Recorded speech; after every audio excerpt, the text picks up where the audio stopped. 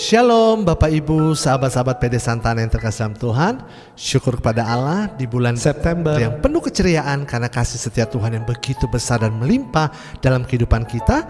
Kita kembali bersekutu, kita kembali berkumpul di media online YouTube ini untuk bersama-sama memuliakan Tuhan, untuk sama-sama bersyukur untuk segala kasih anugerah dan rahmat berkat cinta Tuhan dalam setiap perkara kehidupan kita. Mari Bapak Ibu, sahabat-sahabat terkasih dalam Tuhan, kita teduhkan hati kita arahkan pandangan hati kita kepada Tuhan, dan kita masuk lebih dalam lagi lewat persekutuan doa online PD Santa Ana Menteng. Di dalam nama Bapa dan Putra dan Roh Kudus. Amin. Sungguh Engkaulah Tuhan, Gembala yang amat sangat baik. Haleluya. Tuhan adalah gembalaku, takkan kekurangan aku. Ia membaringkan aku di padang yang berumput hijau. Ia membimbingku ke air yang tenang. Ia menyegarkan jiwaku. Ia menuntunku ke jalan yang benar. Oleh karena namanya, sekalipun aku berjalan dalam lembah kekelaman,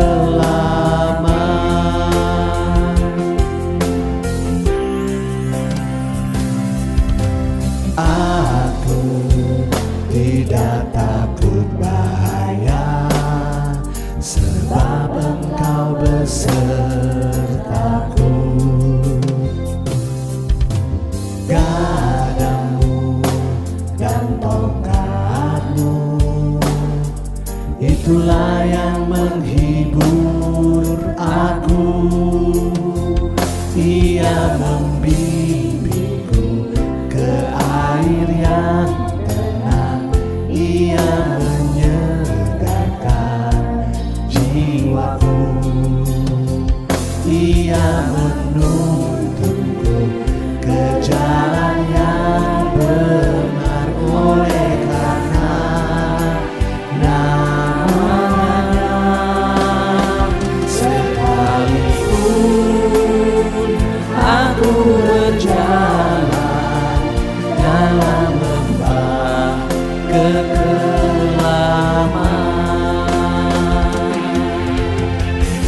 Sungguh Engkaulah Tuhan, Engkaulah Allah kami. Engkaulah kota benteng gunung batu kami. Engkaulah gembala kami. Haleluya. Aku tidak takut bahaya, sebab Engkau besertaku. Gadamu dan tongkatmu, itulah yang menghibur aku. Ia membimbingku ke air yang tenang. Ia menyegarkan jiwaku. Ia menuntunku ke jalan yang benar. Oleh karena namanya, sekalipun aku berjalan dalam lembah kekelaman, dan aku pun akan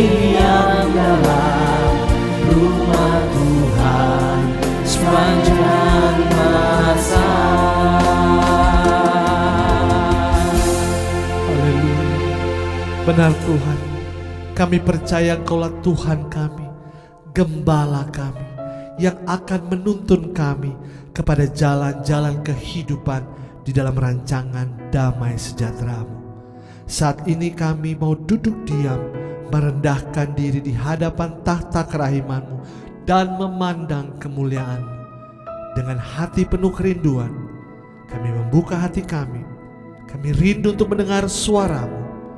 Kami rindu untuk mengalami kuat kuasa firman-Mu yang akan diberitakan oleh Romo kami, Romo Erwin Santoso MSF.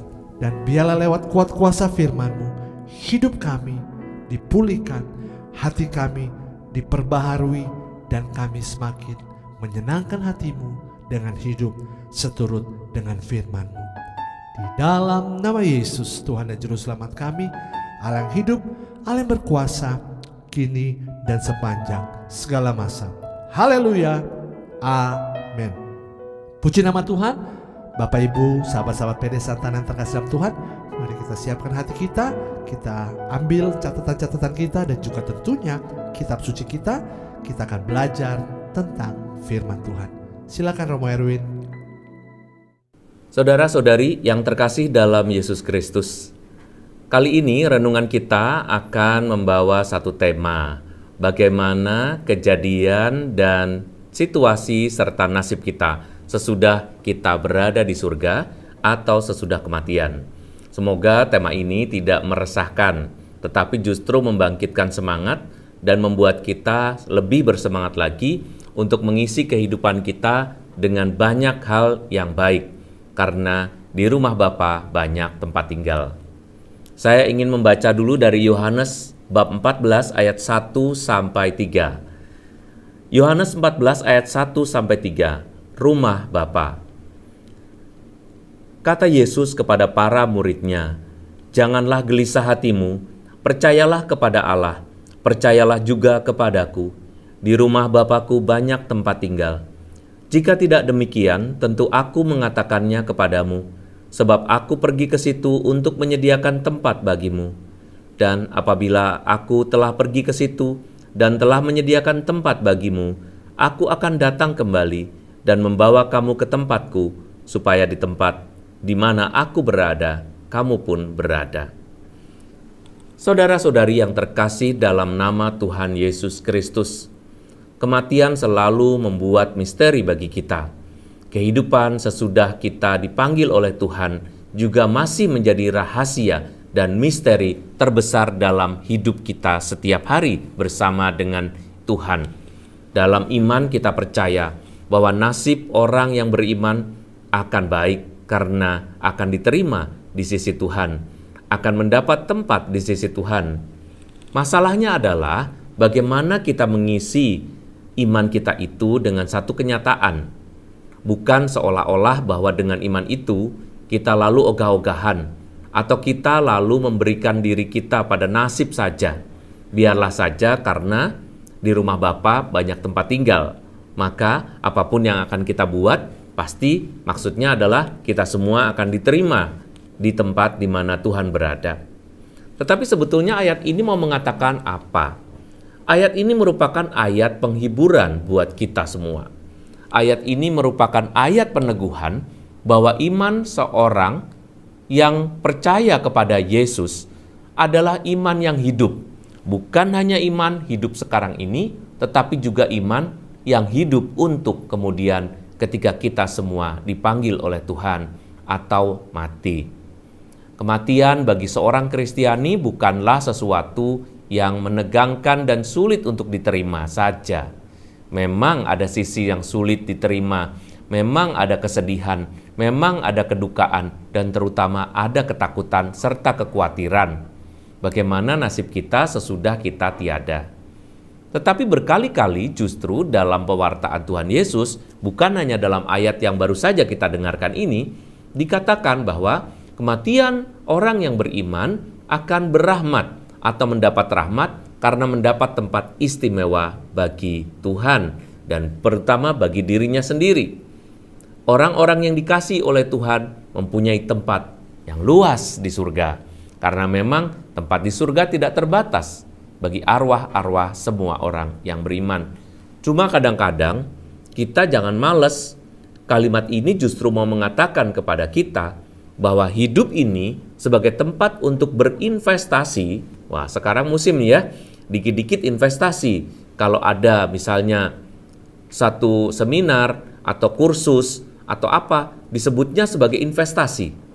Investasi untuk apa? Investasi untuk masa depan.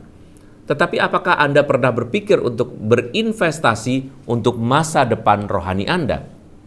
Berinvestasi bagi masa depan rohani Anda adalah melakukan perbuatan-perbuatan yang baik, yang sungguh-sungguh dikehendaki oleh Allah. Sesuatu yang dikehendaki oleh Allah ini bukan sesuatu yang kita pikir-pikirkan, kayaknya ini disukai deh, atau pasti ini disukai deh, susah ya. Kalau itu berdasarkan pengertian kita, maka bisa jadi itu hanya berdasarkan apa yang kita sukai, apa yang bisa kita lakukan. Kadang-kadang justru kehendak Tuhan itu bukan apa yang kita sukai dan bahkan belum kita lakukan karena kita merasa tidak bisa. Misalnya, ya kan, yang paling sering adalah melayani Tuhan. Anda merasa selalu tidak sempat, diminta untuk pelayanan di dalam PD atau di dalam persekutuan doa, di dalam gereja, atau sekarang pada masa online seperti sekarang ini, Anda diminta menjadi host, Anda diminta untuk menyanyi, semua Anda tolak. Bahkan Anda merasa, maaf saya nggak berbakat, saya nggak bisa. Tetapi kehendak Tuhan adalah kamu harus mau, kamu harus bisa, dan kamu harus melakukan itu karena kamu diciptakan untuk semua dan segala sesuatu yang baik untuk pelayanan dan untuk membesarkan kerajaan Allah. Nah, masalah kita yang kedua adalah bagaimana caranya membesarkan kerajaan Allah ini. Membesarkan kerajaan Allah berarti kita harus bekerja. Kita harus menyisihkan waktu kita supaya ada waktu saat di mana orang mendengarkan firman Tuhan. Supaya jangan hanya romo, suster, bruder, frater yang mewartakan firman Tuhan seolah-olah hanya mereka yang profesional. Ya betul, memang kami ini dipanggil untuk sesuatu yang profesional, artinya kami bisa memberikan wejangan-wejangan atau kami bisa sedikit menafsirkan kitab suci. Tetapi justru tafsiran yang baik, yang sama baiknya dengan tafsiran yang kami buat itu adalah berdasarkan Anda sendiri, berdasarkan hidupmu, berdasarkan pengalaman hidupmu. Sesuatu yang baik yang berasal dari pengalaman yang sejati pasti akan membawa kebaikan juga bagi orang lain.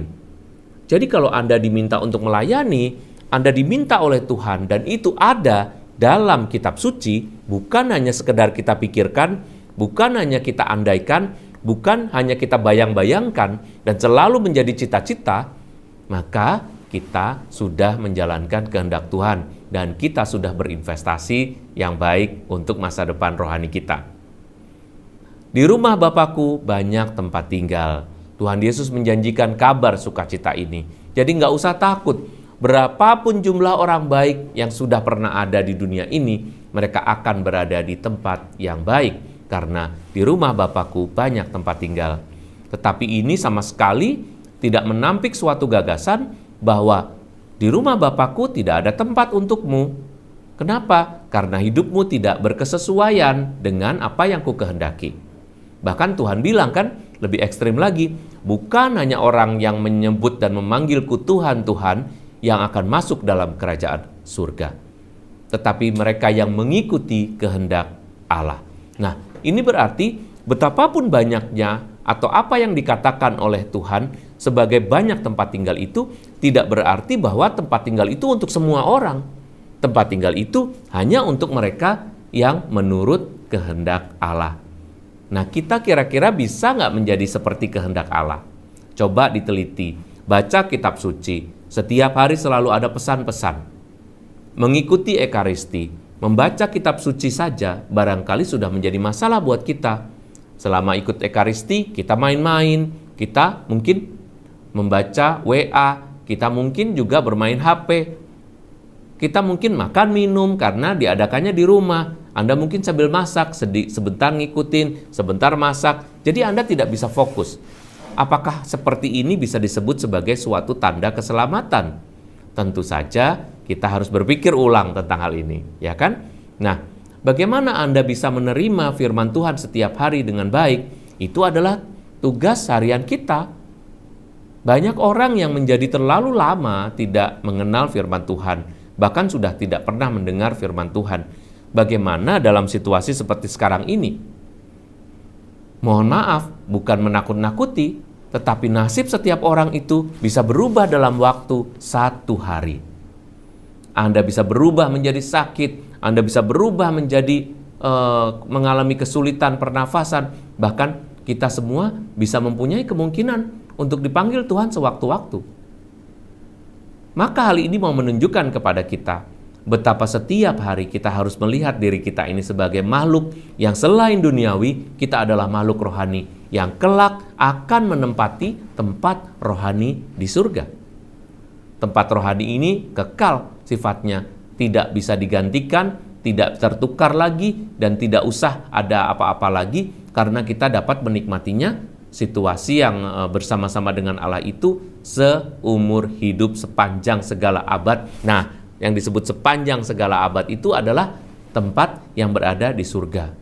Nah, Tuhan Yesus mau meyakinkan kita bahwa di sana banyak tempat tinggal. Dan apabila aku telah pergi ke situ dan menyediakan tempat bagimu, kalau Tuhan Yesus menyediakan tempat bagi kita, berarti dia kan tempatnya baru disediakan, tapi tempatnya belum tentu kita pakai. Bukan karena kita belum mati, tetapi barangkali kita tidak akan pernah menempati itu karena hidup kita tidak pernah cocok. Jangan ketika kita membaca hal ini, janganlah langsung kita berpikir tentang orang lain. Salah satu hal yang kurang baik yang ada dalam diri kita adalah ketika suatu firman dibacakan, dan ketika firman itu ditujukan kepada semua orang, Anda akan berkata, nih firman ini cocok banget buat dia. Nih firman ini cocok buat dia. Ini cocok buat ini anak nih. Supaya dia ingat, supaya dia sadar, supaya dia ini. Seolah-olah Anda adalah pribadi yang paling sadar, pribadi yang paling ingat, pribadi yang paling mengikuti kehendak Tuhan. Mari kita cek dulu. Hal itu juga tidak dikehendaki oleh Tuhan kan? Jangan melihat selumbar di mata saudaramu, sedangkan balok di matamu belum juga kamu lihat dan kamu sadari. Jadi, mengikuti firman Tuhan itu sesuatu yang amat sangat mudah sekaligus sulit.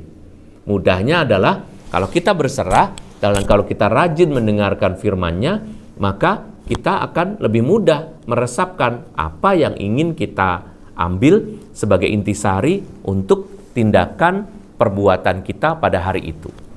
Tetapi kalau kita tidak tahu dan tidak mengenalnya atau kita mengabaikannya, meskipun Anda menerima komuni suci, komuni batin setiap hari sekarang ini, tetapi Anda tidak pernah mendengar firman Tuhan, Anda hanya seolah-olah dekat dengan Tuhan. Tetapi Anda tidak tahu apa yang menjadi kehendaknya, maka Anda tidak dapat menempati tempat yang tadi disediakan oleh Tuhan. Nah, saudara-saudari yang terkasih, kita juga mendoakan orang yang sudah tiada ya. Kita juga mendoakan orang yang sudah mati kan. Nah, doa-doa kita itu juga doa yang penting supaya ketika orang berada dalam masa penantian, suatu ketika kita doakan, Tuhan akan mengampuni dosa-dosanya dan kemudian mengizinkannya masuk dalam kerajaan Allah. Kalau pertimbangannya cocok. Tetapi kalau Anda merasa bahwa semua orang bisa didoakan, masalahnya adalah kalau begitu, mari kita berbuat jahat, mari kita berbuat sesuatu yang tidak baik, karena toh nanti ketika kita mati ada yang mendoakan. Nah, itu sebabnya banyak perbuatan-perbuatan yang baik yang harusnya dilakukan oleh seseorang semasa hidup di dunia itu berkaitan dengan hidup orang lain atau hidup bersama. Sehingga ketika hidup bersama itu terjadi, orang-orang yang berada di sekitar kita itu akan sayang sama kita. Mungkin hidup Anda tidak terlalu rajin dalam mengikuti perayaan Ekaristi misalnya. Anda mengikutinya seminggu sekali. Mungkin Anda tidak terlalu rajin membaca kitab suci, tetapi membacalah, kadang-kadang membaca gitu ya. Tetapi tindakan Anda baik. Anda dapat melakukan hal-hal yang baik kepada orang lain dan Anda mengikuti sedikit dari apa yang diperintahkan oleh Tuhan. Tetapi yang lainnya Anda lakukan meskipun Anda belum membacanya. Ini berarti Anda berbuat baik kepada orang lain, maka Anda juga berinvestasi. Ketika Anda tiada nanti, orang-orang itu akan mendoakan Anda dengan gembira. Ada yang mendoakannya terpaksa loh, asal tahu aja. Ya.